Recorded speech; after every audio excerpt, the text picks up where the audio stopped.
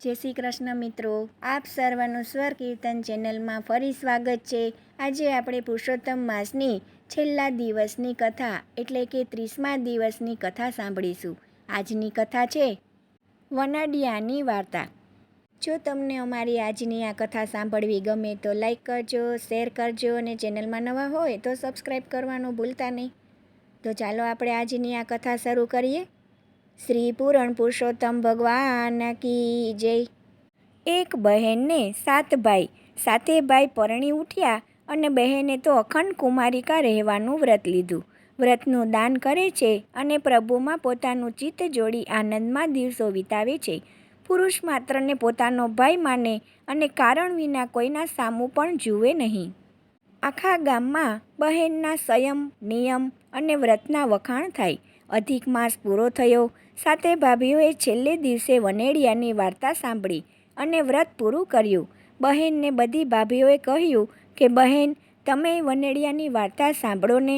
બહેને કહ્યું, ભાભી, હું તો એક ઈશ્વર સિવાય બીજા કોઈ પુરુષ દેવતા માનતી નથી। હું ભલી, મારો ભગવાન ભલો। બહેનના આવા બોલ સાંભળી વનેડિયો દેવ ક્રોધે ભરાયો। કોઈને કોઈ રીતે એણે બહેનને કાળી ટીલી ચોળવા પ્રયત્ન કરવા માંડ્યો। બહેન વહેલી સવારે ઉઠીને નદીએ જાય। એ વેળા વનેડિયો આવે અને બહેનની પથારીમાં ફૂલ નાખે, ફૂલ છાંટે, અબીલ, ગુલાલ અને કંકુ નાખે। ભાભીઓ બહેનની પથારી ઉપાડવા આવે ત્યાં પથારી મહેક મહેક થાય અને ફૂલ પાંદડીઓ વેરાયેલી હોય। ભાભીઓએ એકબીજાના કાનમાં વાતો કરવા માંડી। વાતો ધીમે ધીમે ગામમાં પહોંચી અને છેવટે મોટા ભાઈના કાને અથડાઈ। મોટા ભાઈએ વિચાર કર્યો, લોકો ગમે તે કહે પણ આંખે જોયા સિવાય બહેન ઉપર આળસ સી રીતે ચડાય। રાત પડી, બધા ઊંઘી ગયા અને ભાઈ તો ઉઘાડી તલવાર લઈ બહેનના ઓરડા પાસે સંતાઈ રહ્યો। પરોઢિયું થવા આવ્યું। બહેન તો ઉઠીને નદીએ ગઈ। ત્યાં તો એક પુરુષ આવ્યો અને તેણે ફૂલની પાકડીઓ પથારીમાં વેરી, અબીલ, ગુલાલ નાખ્યા અને છૂટા ફૂલ છાંટી પછી તે ત્યાંથી ચાલવા લાગ્યો। ત્યાં તો ખબર ઊભો રહે કહી મોટા ભાઈએ હાંક દીધી। વનેડિયો ઊભો રહ્યો। ભાઈએ પૂછ્યું, તું કોણ છે અને શા માટે મારી બહેનના માથે કલંક ચડાવવા આવા કર્મ કરે છે? ભાઈ, હું વન દેવતા છું। પુરુષોત્તમ માસ કરીને છેલ્લા દિવસે જો કોઈ મારી વાર્તા ન સાંભળે તો હું તેને માથે કોઈને કોઈ રીતે કલંક ચડાવું છું। બહેને મારી વાર્તા ન સાંભળી એટલે મારે આવું કરવું પડ્યું। શું કરીએ તો મારી બહેનનું કલંક ધોવાઈ જાય? મોટા ભાઈએ વન દેવતાને પૂછ્યું। વન દેવતા બોલ્યા, વાડને વડું, પાળને પૂરી, લહેરને લાડુ, રાંકને રોટી આપીને મારી વાર્તા સાંભળે તો તેને માથે ખોટું કલંક લાગે નહીં અને લાગેલું કલંક ધોવાઈ જાય। અમને એની સી રીતે જાણ થાય? મોટા ભાઈએ વન દેવતાને પૂછ્યું। વન દેવતાએ કહ્યું, આવતીકાલે રાજાએ બાંધેલા મંદિરને સોનાનું ઈંડું ચડાવવાનું છે। તે કોઈથી નહીં ચડે, પણ મારું વ્રત કરીને બહેન જશે તો તેના હાથે ચડશે। આટલું કહીને વનેડિયો અંતર્ધ્યાન થઈ ગયો। બીજા દિવસે વનેડિયાના કહેવા પ્રમાણે બહેને વાત સાંભળી અને વડા, પૂરીઓ, લાડુ કરી વનમાં મૂકી આવી। રંકજનોને રોટલા આપ્યા। રાજાએ મંદિર ચલાવ્યું છે પણ તેનું ઈંડું કોઈથી ચડતું નથી। રાજાએ ઢંઢેરો પીટાવ્યો છે કે જે કોઈ ગામમાં જતી સતી કે જે કાચે તાતણે કૂવામાંથી નીરનો ઘડો ભરી લાવે, જો કોઈ હોય તો તેને મંદિરમાં આવવું। બહેન તો મંદિરે ગઈ। રાજા, પુરોહિતો અને ગામના માણસો બેઠા હતા। બહેનને જોઈ બધા એકબીજાના કાન કરડવા માંડ્યા। રાંડ શું કરવાની હતી? સતી થવાનો ઢોંગ કરે છે પણ આજે તેના સતનું પારખું થશે। ભલે આવી। બહેને કહ્યું, રાજન, લાવો ઘડો ને સૂતર, હું કૂવામાંથી પાણી ભરી લાવું। રાજાએ સૂતર અને ઘડો આપ્યો। બહેને ભગવાનનું સ્મરણ કરતાં કહ્યું, ભગવાન, જો મેં કોઈ પુરુષનું રટણ ન કર્યું હોય અને અખંડ કુમારિકા વ્રત પાળ્યું હોય તો મારી લાજ રાખજે। એમ કહી કાચા સૂતરે ઘડો બાંધી કૂવામાં ઉતાર્યો। ઘડો ભરાયો એટલે હળવેથી તેણે ખેંચી કાઢ્યો। આખી સભાએ બહેનનો જય જયકાર બોલાવ્યો। તેના માથે ચડેલું કલંક ઉતરી ગયું અને રાજા પણ તેને વંદન કરી ઊભો રહ્યો।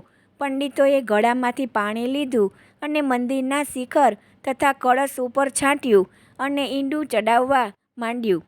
ઘડીકમાં ઈંડું ચડી ગયું। લોકોએ આ સાચી વાત જાણી એટલે વન દેવતાને કહેવા લાગ્યા, વનેડિયા, તું વનડીશમાં ભાઈની બહેનને કરડીશમાં, કુંડા કલંક ચડાવીશમાં, સતમાં સંગ જગાવીશમાં, તારો છે વન માહે વાસ, મારો પ્રભુ ચરણની પાસ. જય વન દેવતા, જય સતી બહેન, જય પુરુષોત્તમ ભગવાન. પુરુષોત્તમ માસના 30મા દિવસની કથાનો 30મો અધ્યાય.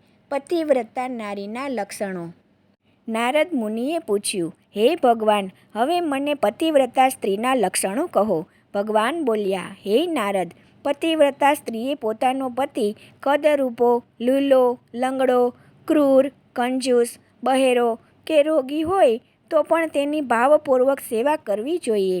તેની સામે ભાવથી જોવું જોઈએ નહીં, પરંતુ તેને સારે માર્ગે વાળવા પ્રયત્ન કરાવવો જોઈએ.